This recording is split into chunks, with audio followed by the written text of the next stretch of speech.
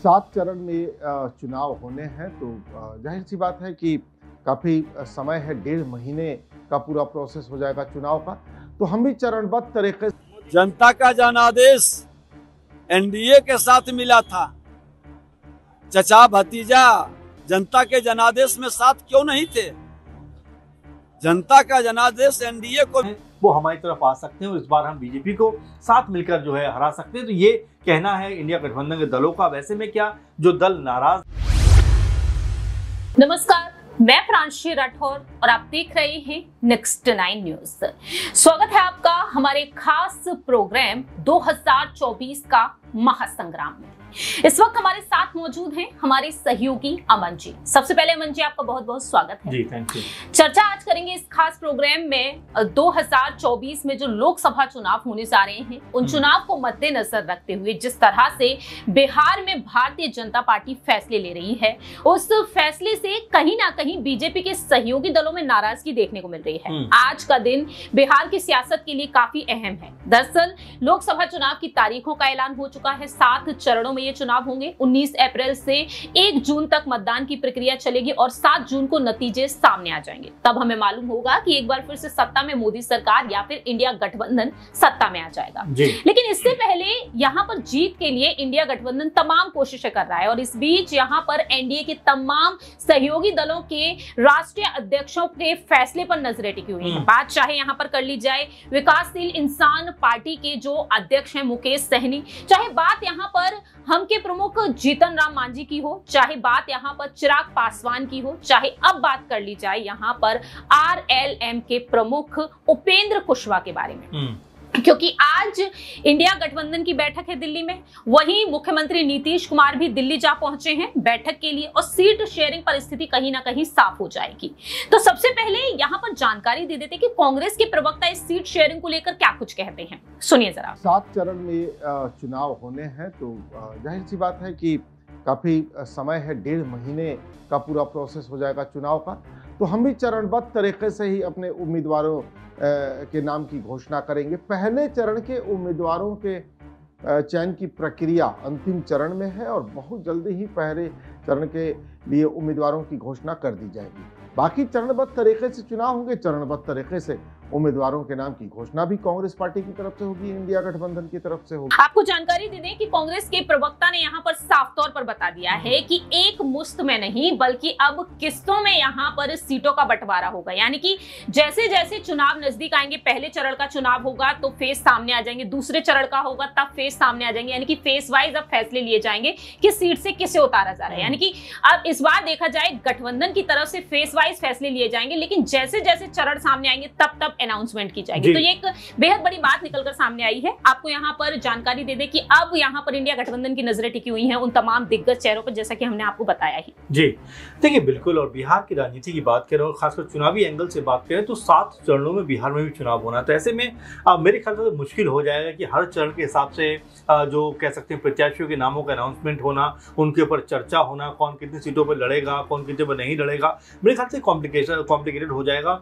हो सकता है कि ये बात जरूर उन्होंने कही हो, लेकिन इसको लेकर एक सहमति पहले ही बन जाएगी कि भाई इतनी सीटें हैं, बिहार के अंदर मान 40 सीटें हैं और 25 पे आप लड़ेंगे, 10 पे हम लड़ेंगे और जो बाकी 5-6 सीटें बचती हैं इस पे जो हमारे साथ सहयोगी दल हैं वो यहाँ पर चुनाव लड़ते हुए नजर आएंगे। क्योंकि अगर इन्हीं सब में रहेंगे तो पार्टियां अपने लिए कोई बेहतर रणनीति नहीं बना पाएंगी। आपने देखा कि जैसे उत्तर प्रदेश में भी जो सीटों का बंटवारा हुआ है वो इस आधार पर हुआ है कि भाई 17 सीटों पर कांग्रेस पार्टी लड़ेगी, तो वहीं जो है इसके अलावा जो समाजवादी पार्टी 62 सीटों पर चुनाव लड़ेगी। यानी कि एक तय हो जाता है कि भाई इतनी सीटों पर चुनाव लड़ेंगे, उसी आधार पर कह सकते हैं कि आगे की रणनीति बनाई जाती है। लेकिन ये कहना कि इस तरह से सीटों का बंटवारा होगा, मेरे ख्याल से ये शायद तर्कसंगत नहीं हो पाएगा और शायद ये राजनीति के लिहाज से भी कोई बहुत बेहतर चीज़ नहीं हो। क्योंकि जब आपको पता ही नहीं होगा कि कितनी सीटों पर हम लड़ेंगे, कितनी सीटों पर दूसरा दल लड़ने वाला है, तो मेरे ख्याल से यहाँ पे बहुत अच्छी रणनीति आप नहीं बना पाएंगे। इसीलिए मुझे लगता है कि आज जो बैठक होने वाली है वो बहुत अहम है। साथ ही जो बीजेपी के लिहाज से हम बात करें तो उनका ही मामला कहीं ना कहीं फंसा हुआ दिखाई पड़ता है, क्योंकि एक तरफ जहां जेडीयू है, बीजेपी है,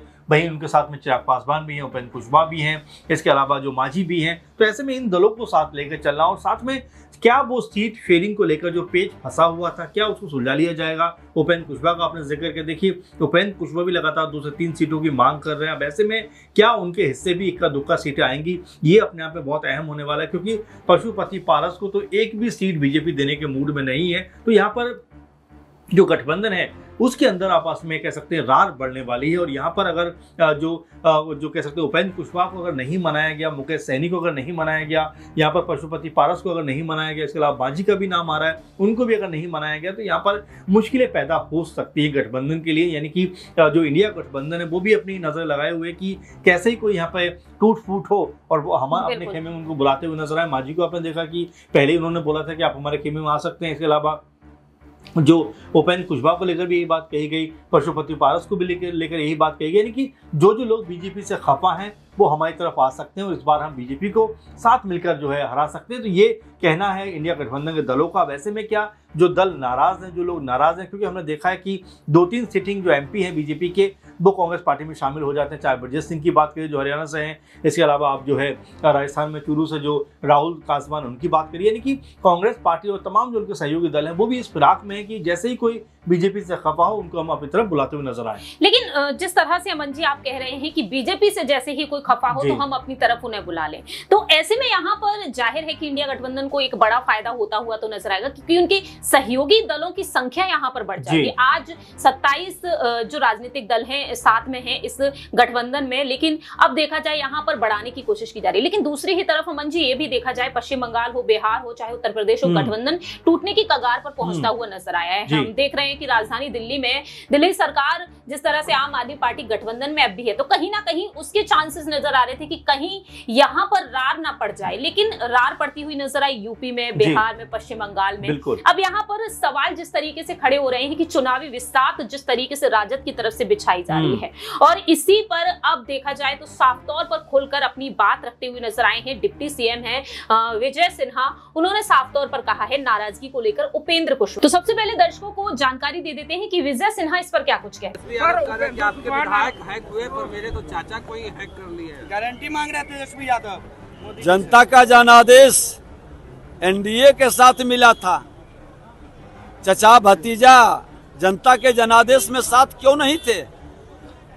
जनता का जनादेश एनडीए को मिला था, पिछले दरवाजे से आकर के सत्ता में भागीदारी करने की जो मानसिकता थी, फिर जनता के दबाव में चचा ने नकार दिया। आज फिर एनडीए की सरकार है, बिहार के अंदर जनादेश के अनुसार सरकार है। आपके सहयोगी जो है वो लगातार नाराज दिख रहे हैं, कैसे देख रहे हैं? महागठबंधन से ऑफर आ रहा है। कोई एनडीए में नाराज नहीं है, सभी को देश के प्रधानमंत्री नरेंद्र मोदी जी के पर विश्वास है और देश के प्रधानमंत्री नरेंद्र मोदी जी के नेतृत्व में चुनाव लड़ने वाले अपने को गौरवान्वित महसूस करते हैं, क्योंकि एक नए राष्ट्रवाद की ओर भारत कदम बढ़ा रहा है। फिलहाल देखा जाए विजय सिन्हा ने यहाँ पर साफ कर दिया है कि उपेंद्र कुशवाहा नाराज नहीं है, कहीं ना कहीं नाराजगी को छिपाए जाने की कोशिश की जा रही है। और यहाँ पर देखा जाए मुकेश सहनी जो बीआईपी के अध्यक्ष हैं और दूसरी ही तरफ राष्ट्रीय लोक मोर्चा के जो अध्यक्ष हैं यहाँ पर उपेंद्र कुशवाहा, सभी की नाराजगी कहीं ना कहीं जग जाहिर हो रही है।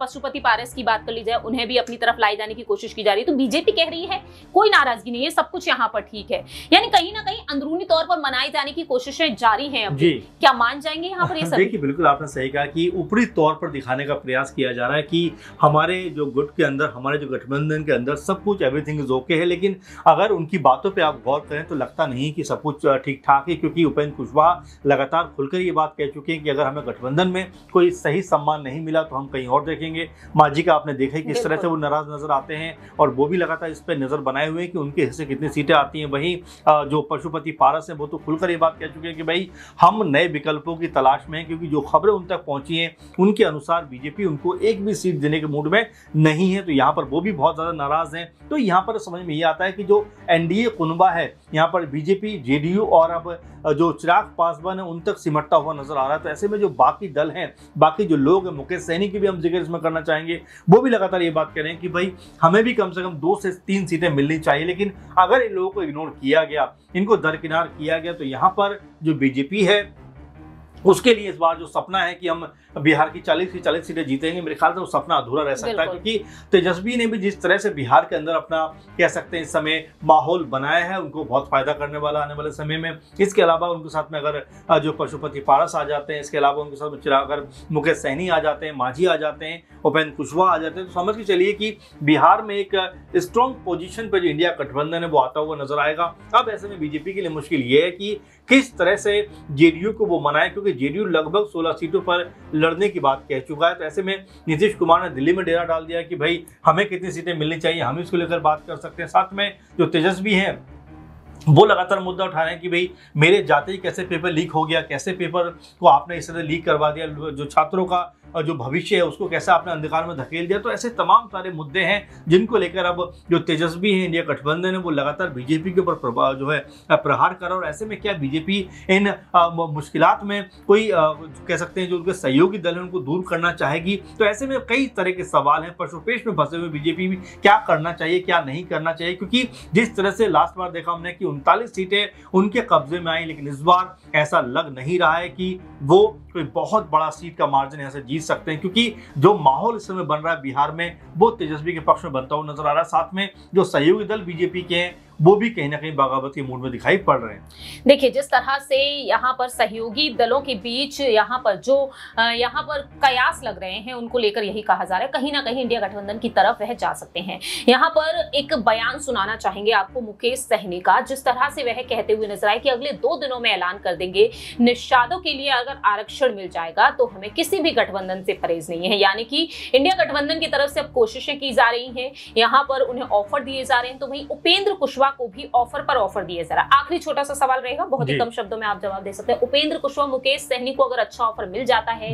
और क्या बीजेपी उन्हें रोक पाएगी, क्या वाकई में इंडिया गठबंधन की तरफ उनका जाना, उनका रुख हमें दिखाई दे सकता है? देखिए, जाहिर बात है, और देखिए पहले भी अगर हम देखें चिराग पासवान को लेकर, अगर आपको याद हो तो चिराग पासवान को लेकर भी इंडिया गठबंधन ने तुरंत कहा था कि हम 10 सीटें आपको देंगे, आप हमारे पास में आ जाइए। तो देखिए, ऑफर की कमी इंडिया गठबंधन के पास में नहीं, उनको चाहिए कि लोग उनके पास आए ताकि उनका कुनबा यहाँ पर बढ़ता हुआ दिखाई पड़े। अगर मुकेश सहनी और पशुपति पारस या उपेंद्र कुशवाहा ये सब मिलते हैं तो मेरे ख्याल से उनको प्लस पॉइंट मिलेगा कि बिहार में उनके जो कुनबा है ये बढ़ता हुआ नजर आएगा, जिससे बीजेपी के ऊपर बहुत दबाव बना सके।